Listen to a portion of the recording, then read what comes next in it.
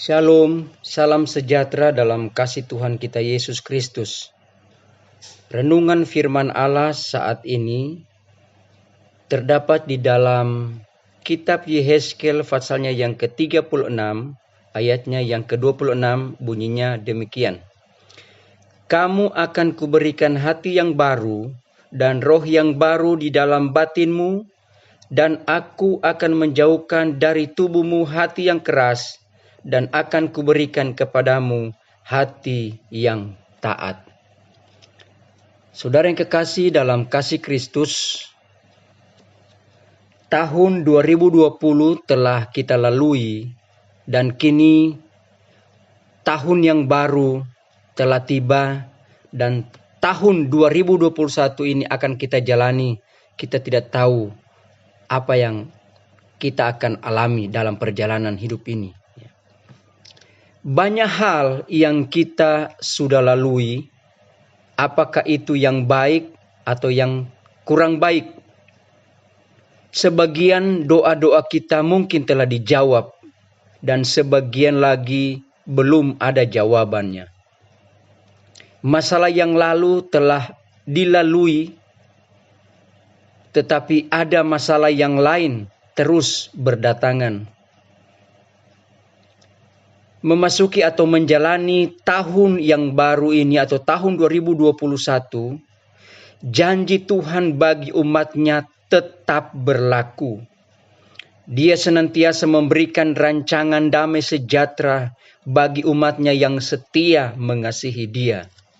Dan ketika kita berbalik dari jalan-jalan kita yang salah ataupun yang tidak benar di hadapan Tuhan, atau yang membuat Tuhan marah di dalam kehidupan kita, Dia memberi hati kita yang baru dan roh yang baru dalam hidup saya dan saudara.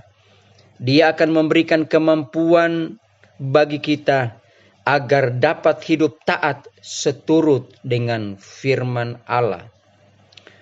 Saudara yang kekasih dalam kasih Kristus, hati yang baru dan roh yang baru harus diikuti dengan sikap dan perbuatan yang sesuai dalam kehidupan kita sehari-hari, agar hubungan kita dengan Tuhan dapat terus terjaga dan firman-Nya benar-benar membawa dampak yang luar biasa dalam kehidupan kita sebagai anak-anak-Nya. Dan di tahun yang baru ini, kita semua pasti rindu untuk melihat janji-janji Tuhan digenapi, jawaban-jawaban doa dipenuhi, masalah-masalah dapat terselesaikan, dan segala keinginan, segala keperluan ataupun kebutuhan kita diberikan oleh Tuhan. Oleh karena itu, dengan hati yang baru, ada beberapa hal yang harus kita lakukan dalam menjalani tahun 2021 yang kita akan jalani ini, agar janji Tuhan dapat digenapi dalam hidup saya dan saudara. Yang pertama, lakukan segala sesuatu di dalam nama Yesus. Dalam Kolose 3 ayat 17, dan segala sesuatu yang kamu lakukan dengan perkataan ataupun perbuatan, lakukanlah semuanya itu dalam nama Tuhan Yesus, sambil mengucap syukur oleh Dia kepada Allah Bapa kita.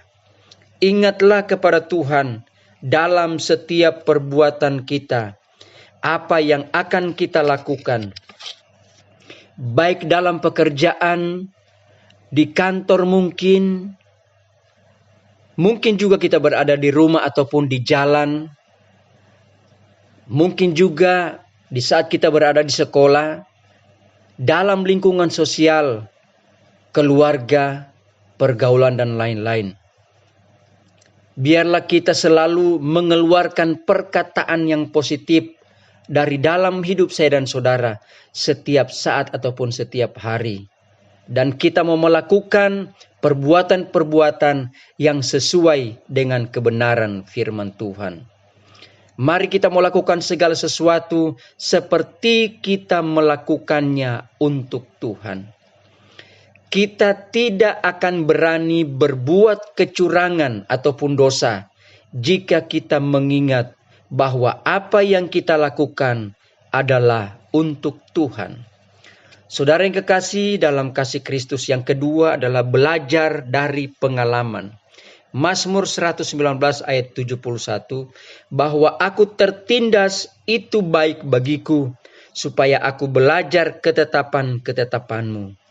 Saudara yang kekasih dalam kasih Kristus, segala ujian dan pencobaan yang Tuhan izinkan dalam hidup kita adalah untuk pembelajaran bagi kita agar hidup ini lebih baik lagi di hadapan Tuhan. Tuhan senantiasa membentuk hidup ini melalui segala keadaan maupun kondisi, agar kita dapat menjadi kuat menghadapi masalah-masalah yang lebih besar lagi. Dan ketika kita mau terbuka di hadapan Tuhan dan belajar dari setiap masalah yang kita hadapi, maka kita akan menjadi orang yang mendekati kepada kesempurnaan. Karena hidup ini adalah proses untuk menuju kepada kesempurnaan.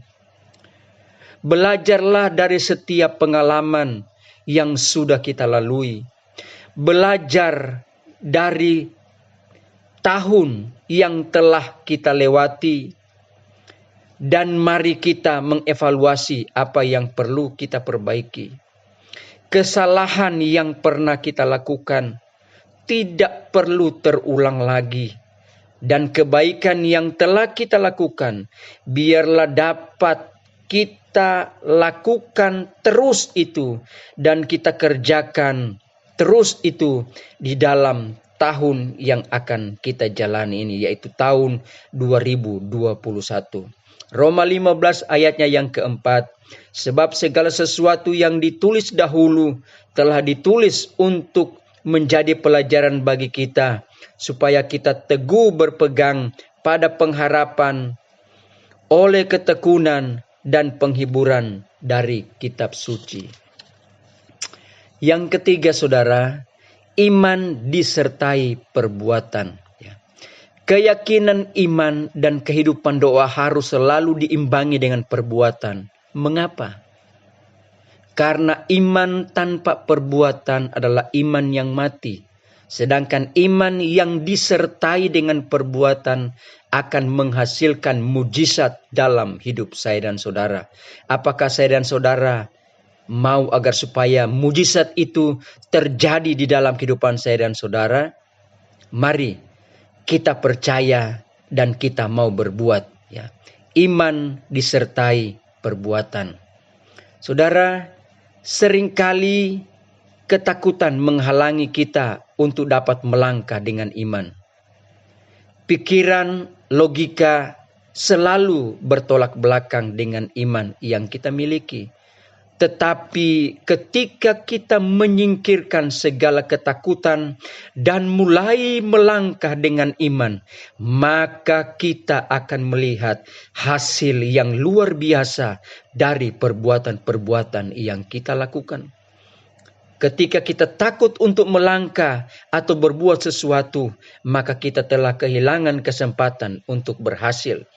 Keberanian untuk berbuat sesuatu akan mendatangkan kemungkinan untuk berhasil dalam hidup ini. Dan sesuatu yang dilakukan berkali-kali dengan tekun akan membuat kita menjadi mahir, sehingga prosentase keberhasilan akan menjadi semakin besar. Saudara yang kekasih dalam kasih Kristus, mari kita mau jalani tahun baru ini atau tahun 2021 ini dengan keyakinan ataupun optimis. Kenapa? Karena Tuhan telah memberikan kita hati yang baru. Mari kita melakukan segala sesuatu di dalam nama Yesus. Belajar dari pengalaman yang lalu dan melangkahlah dengan iman saya dan saudara. Maka kita akan melihat janji-janji Tuhan digenapi dalam hidup saya dan saudara di tahun yang akan berjalan ini. Ebenezer, sampai di sini Tuhan menolong kita dan kita berdoa hari ini juga dan seterusnya. Pertolongan Tuhan, perlindungan Tuhan, janji-janji Tuhan, bahkan berkat-berkat Tuhan akan dinyatakan di dalam kehidupan saya dan saudara sebagai anak-anak Tuhan. Amin.